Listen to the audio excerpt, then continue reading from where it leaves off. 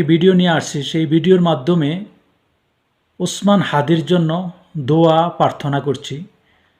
বাংলাদেশি সবাই আল্লাহর কাছে সবাই দোয়া করবেন ওসমান হাদি যাতে আমাদের সামনে আবার আল্লাহ ফিরিয়ে দেন। ওসমান হাদি গুলিবিদ্ধ হয়েছে, তাই সবাই ওসমান হাদির জীবন ভিক্ষা চান। ইনশাল্লাহ আল্লাহ সব কিছুই পারেন। ওসমান হাদি যাতে আমাদের মাঝে আবার ফিরে আসতে পারে সেই দোয়াই করছে আল্লাহর কাছে। কারণ ওসমান হাদির মতো লোকের খুব অভাব, এমন সৎ লোকের খুব অভাব।